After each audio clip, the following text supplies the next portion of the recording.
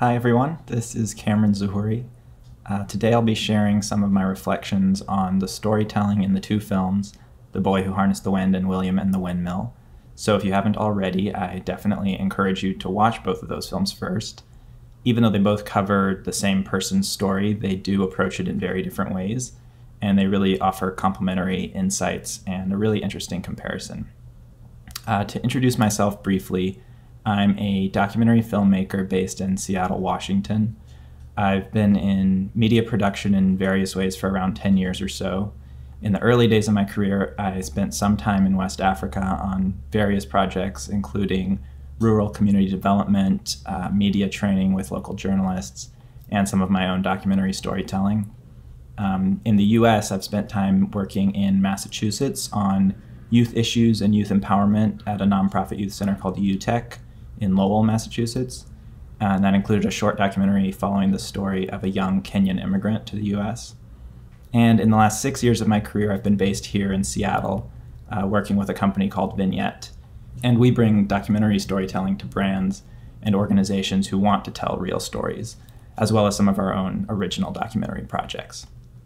The thoughts I'll be sharing with you today are my own. I don't have any connection to either of these films or the filmmakers who made them. I'm just offering some of the questions that came to my mind when I watched these two films back to back, in the hope that they might provoke some interesting thoughts for all of you to ponder as well. So briefly, I'll share some behind-the-scenes insights into how films like these get made, and then I'll go on to ask some questions about the ethical and artistic implications of telling stories in these ways. I want to talk quickly first about terminology. In separating films into genres, we often refer to traditional scripted fiction films as narrative films, and you're all probably familiar with the term documentary to refer to films that we consider nonfiction and aren't scripted. I'll be using those terms, narrative, fiction, scripted, interchangeably, and then on the other hand, documentary, nonfiction, unscripted. And we'll come back to those distinctions again at the end. So first, a little bit of a comparison of how these two types of films get made, starting with The Boy Who Harnessed the Wind, which is a narrative or fiction film. As you may know, in that case, it generally starts with a script. And in this case, the filmmaker Chiwetel Ejiofor had read William's memoir, The Boy Who Harnessed the Wind, and he got the rights to adapt the story as a fiction film. So this is somewhat a unique case where there was actually a single individual who wrote the screenplay for the movie and then himself went on to not only direct the film, but also act in the film as one of the stars. And that's not unheard of, but it would be much more typical to have a screenwriter write the film, sometimes working on it for several years, and then essentially hand it off to a director who then decides how to actually translate that vision into a film. Acting and directing at the same time can also present its own challenges. In an interview, Ejiofor talked about this scene you may remember where he is walking with his family and jumps on the truck to head off into town to advocate for the village. And he talked about having to jump on the truck, ride off into the distance, hundreds of yards, and then at a certain point yell cut when he thought the scene was done, run all the way back down the road to the camera to review the footage, and then decide, oh no, we should do it a little bit further or a little bit more this way or that way, and then have to do it all over again. So certainly a big undertaking to take on multiple key roles. But regardless, even with one person being the driving force behind this film, making a scripted film is always a hugely collaborative project. Even on a very small independent film, you would probably have at least 20 or 30 people as part of the crew. And for larger films, that could easily be 50, 60, 70, even hundreds of people on the crew for really big productions. This is just one shot from behind the scenes of The Boy Who Harnessed the Wind. I wasn't able to find much behind the scenes information on either of these films, but this just gives you a very small look at what a set might look like. It could be much bigger than this at times, I'm sure. In this case, Ejiofor did spend a lot of time prior to production in Malawi, meeting with the family and understanding the location, and eventually deciding to shoot the film almost entirely on location in the actual village of Wimbe, where William grew up. And this is really pretty unusual for a Hollywood film to be so committed to authenticity in that way. It made it quite difficult to film, as they did have to ship in a lot of equipment from South Africa through Nairobi, Kenya, and then to Malawi. There really had never been a film of this size shot in Malawi before, but Ejiofor and others have talked about how important that was to them and how much it helped to have people who had actually lived in that setting working on the film, people who had been through experiences like the droughts and famine, to bring that cultural knowledge to the process, create sets that were credible, and just start with that base of reality. And they were actually able to buy or trade for real props and wardrobe from people in that area. And lastly, a huge decision was to have most of the dialogue be in Chichewa, which is the native language of that region. And while it may seem obvious to do the film in this way, it's important to realize how much of a difference language can make in the commercial viability of a movie. They probably knew, making that decision, that it could be much easier to find funding and to find a large audience for the finished film if they chose to make it in English. Also, most of the main actors don't speak Chichewa. Ejiofor, who plays Triwell the father, is British of Nigerian descent, and Maxwell Simba, who plays William, is Kenyan. So many of the actors, of course, had to spend a lot of time and effort learning their lines and how to deliver them convincingly. And while there was some criticism from local reviewers of their accents and delivery, in general, it of course does make the film a much more immersive experience, at least for outside audiences. And Ejiofor actually called filming in the language the single most important element of the film. Moving on to the documentary William and the Windmill, as you can imagine, one of the biggest differences in making most documentaries is a much, much smaller physical footprint and number of people involved in the production. I wasn't able to find out exact behind-the-scenes information on this film, but it seemed as though there were probably maybe 4 or 5 people involved in the production at any one time. Likely a lot of the time it could have been even fewer, just 1 or 2 people, a director and a camera person, maybe a third person recording audio. And correspondingly, the budgets for documentaries are usually a fraction of that for fiction films. From what I could find, The Boy Who Harnessed the Wind, the fiction film, cost around $29 million, and I couldn't find an exact budget for William and the Windmill, but I would imagine its production budget was probably well under $1 million. However, while documentaries don't require the same kind of people power or financial investment to produce, they are still incredibly time and resource intensive. Specifically, I want to emphasize the role of relationship building and gaining access in documentary filmmaking. Unlike with fiction film, where you can spend a lot of your time thinking about what's going to be on screen, with documentaries, a lot of your time is spent off screen, working with the real life subjects you'd like to film, building relationships sometimes over years, making sure that they are comfortable with you and that you truly understand the story that you're trying to film. Also doing your best to predict where things may be going in the story so you can plan ahead to capture it in the most compelling way. And you can certainly see the evidence of that in William and the Windmill. It's obvious that the filmmakers have spent a huge amount of time gaining William's trust. Just looking at some of the shots that they get, you can think, what was the effort that went in leading up to this point where they felt comfortable and William felt comfortable letting them into this space? What was the effort getting permission to film in this institution, in the school that William was in? There's a lot of work leading up to filming that really occupies a lot of your attention making a film like this. And they did that over a period of 5 years or more to make this film. So moving on to some of the bigger ideas that these films bring up for me, I think a central question is, what are the implications of telling a true story? And the first question I would ask is, how is the reality of the story changed in the service of telling a story? Whether for fiction or nonfiction storytelling, there's always going to be simplification of the story. People's lives are complicated in real life, and to tell a version of that in 1.5 hours, maybe 2 hours, means leaving out a lot of content. In the case of fiction films, it can mean totally fictional versions of what actually happened. In the documentary William and the Windmill, we hear Tom warning William, you may remember this scene, where they're signing his rights away, and he says, you're giving up control over this story, and the filmmakers can change whatever they want. They could eliminate characters, add characters, decide to make somebody a villain. In the case of documentaries, it's more often about what do you leave out. You have to make decisions about when to film and when not to, and consider the fact that simply having a camera in the room in a real-life situation changes how people behave in that situation. And then in the editing process, you're likely taking maybe hundreds of hours of footage and reducing it to just a couple of hours of material to make the final film. And then using tools like music, voiceover, text, and so on that can really change the context or emotion of that material.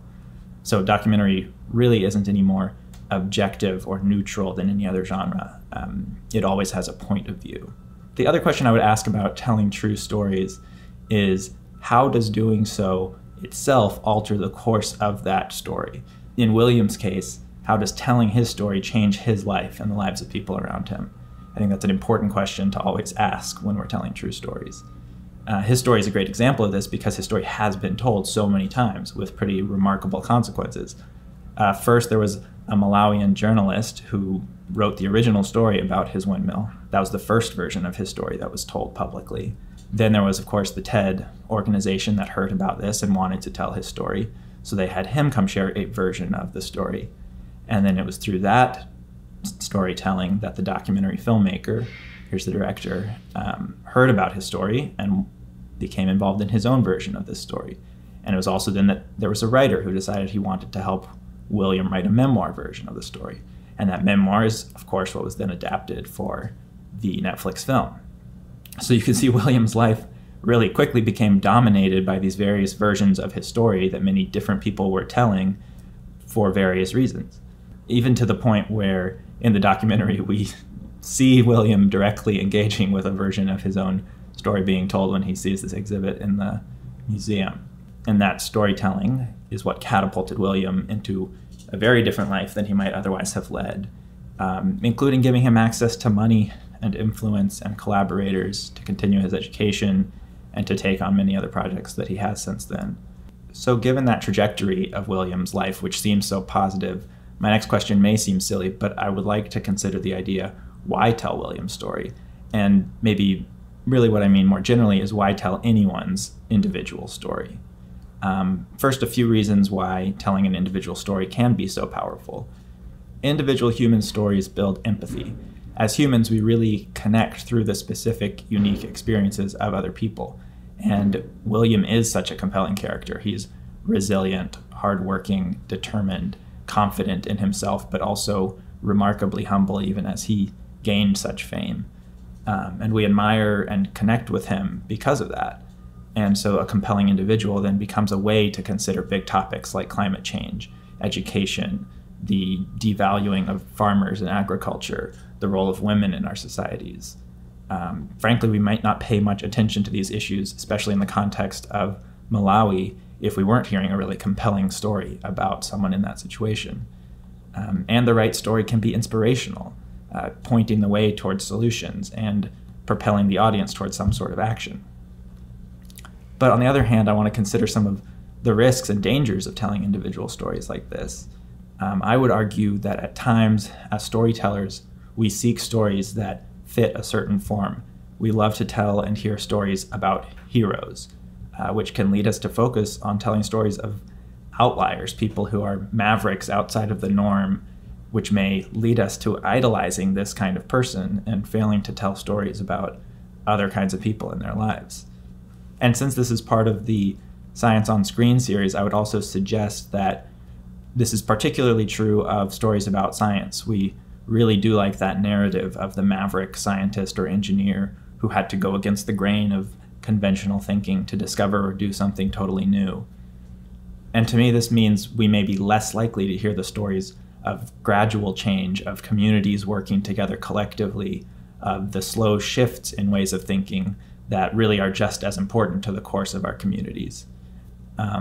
For example, Tom, who was the gentleman from TED, who was William's mentor, he had a quote from another screening of the film that said, "I think the only way to change the continent is to find the spark plugs, the future leaders, and support them to lead instead of going in and changing everything." And there's obviously value in that statement, but that's just one side of the story, perhaps. And is that remarkable individual leader really the only way that change happens, and is that the only story worth telling? I think another danger is that in focusing on a narrow individual story, we may miss bigger factors at play in the world. For example, in The Boy Who Harnesses the Wind, we really see the entire film through William's eyes, only seeing what he sees, only getting the information as he gets it. And while this is effective in drawing us emotionally into his life, there were really important national and international factors that affected the course of this story. There was corruption that was going on in the national government at the time. And really importantly, on an international level, there were organizations like the World Bank and the IMF that were putting a lot of pressure on Malawi to privatize their grain supply and, in fact, to sell off a lot of the surplus that they had accumulated to help deal with famines. And that was a major reason contributing to the events we saw these communities going through in the films. And so focusing on this one story of an individual overcoming an obstacle may leave out these bigger factors at play that we really do need to understand if there's going to be real hope of preventing disasters like this from occurring again. To begin wrapping up, I do want to emphasize that these thoughts are not meant to devalue these films. I think both of them actually do a really excellent job of telling these stories in beautiful and pretty nuanced ways that suggest some of these questions that I'm offering. In the case of The Boy Who Harnessed the Wind, the choice to center William in that way is really out of respect for him and trying to demonstrate his strength. And it does take the time to avoid being a fairy tale version of his story of a young prodigy. It really makes us think about the town around him and the gradual series of steps that they went through that made it really difficult for people there to survive. And they cleverly used the story to put William into specific scenes that help us at least see glimpses of those bigger forces, whether that's the scene where he's peeping through the window when company representatives are trying to buy the farmers' forest rights, or when the president comes to town and we get a glimpse of the political violence and corruption that was going on. And in the case of the documentary, I think it really is directly trying to ask some of these questions about story and agency. Why is this pressure being put on William and his story to represent an entire country or culture? Has that experience been empowering for him actually to be thrust into the spotlight as he is? Is he actually being manipulated in some ways by those around him, even with good intentions? There are never easy answers to any of these questions. And I think in this case, we should be glad that we just have these two really great films to enjoy while considering them. Final thing I'll touch on here is getting back to that distinction between narrative and documentary films. As you can see from these two examples of William's story, there's really a lot more nuance to deciding whether a story is truthful or not than simply putting it in the category of fiction or nonfiction, scripted or unscripted. And I would suggest we really think of these terms more as a spectrum, or maybe even better as a set of filmmaking tools and techniques that can be combined in a huge variety of ways. And in recent years, there's actually been a lot of innovative and beautiful stories being told that blur those boundaries between fiction and nonfiction film. So I'll just give a couple quick examples in case you're interested in diving into it a little bit more. The first is the filmmaker Chloe Zhao, and specifically her film The Rider, which came out a few years ago. She spent several years making films on a Lakota Sioux reservation in South Dakota. And this film in particular is a film about a young Indian rodeo rider who had to stop riding after an accident. And it's technically a fiction film, but it's almost entirely real people playing versions of themselves and their own stories. And it was a really collaborative effort between her and these people representing their own lives. And it's quite a beautiful film. She also has another film called Nomadland that came out recently. That's one of the best films of the last year that people have been talking about a lot. On the other side, Wormwood is a series by Errol Morris, which is technically a documentary. It's considered a documentary film, and it tells the story of secret biological experiments that the CIA was doing in the 40s and 50s. But while using traditional documentary techniques like interviews and archival footage, he also created a fully scripted, big-budget retelling of some of the stories that people were sharing from that time, and had significant Hollywood stars acting those roles out. So it's essentially a full narrative scripted film embedded within this documentary. And the last film I'll recommend is City of God, which is a fiction film from the early 2000s from Brazil, which is kind of like The Boy Who Harnessed the Wind, based on a true story, and really embeds itself in the location and brings that to life. It's set in the favelas of Rio de Janeiro. And actually the filmmakers behind City of God, a lot of that crew are the people that Chiwetel Ejiofor brought to Malawi to help him make The The Boy Who Harnessed the Wind because he admired this film so much. As I mentioned before, my company Vignette does work with brands and organizations who want to tell real stories, and many of these questions and techniques that we've been talking about are the things that we think about a lot in our own storytelling, how to stay true to people's experiences while being innovative and cinematic and beautiful in the techniques that we're using. So I'll leave you with that and an invitation to get in touch with any questions you might have about me or my work. Here's my contact information and a link to our company's site to check out some of those projects. And I look forward to seeing you at the Q&A. Thanks a lot.